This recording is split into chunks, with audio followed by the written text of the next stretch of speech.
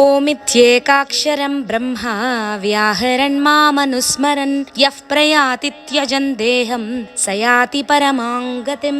ఓం ఇది ఏకాక్షరం బ్రహ్మ అంటే ఓం అనే ఒక అక్షరం బ్రహ్మస్వరూపం. ఈ ఓంకారానికి అకారం లేదు, అది శబ్దం, అదే బ్రహ్మం. కాబట్టి ఓంకారమే శబ్ద బ్రహ్మం. సగుణోపాసనలో ఏకాగ్రత లక్ష్యం కుదరడానికి మనం ఏదో ఒక మూర్తిని ఎదురుగా పెట్టుకుని ఉపాసిస్తాం. ఏ దేవతను ఏ దేవుని విగ్రహ రూపంలో పూజించినా ఆ విగ్రహాలన్నీ రాతితో చేయబడ్డవి. వాటికి మూలం ఏ ఆకారం లేని రాయి అని గ్రహించారు కొందరు. అందరిలో పరమాత్మ ఆత్మస్వరూపుడుగా ఉన్నట్టే ఎన్ని ఆభరణాలు ఉన్నా అందులో ఉండే పదార్థం బంగారమే అన్న విషయాన్ని అర్థం చేసుకున్నాం. కాబట్టి శిలను ఏదో ఒక ఆకారంలో మలిచి పూజించే కన్నా ఏ ఆకారం లేని శిలను పూజించడం మంచిదని తలవడం వలన సాలగ్రామ పూజ శివలింగం ఆవిర్భవించాయి. శివ అంటే ఆనంద స్వరూపం, లింగం అంటే గుర్తు, ఆనందానికి గుర్తు. పరమాత్మ ఆనంద స్వరూపుడు అని శివలింగానికి అర్థం.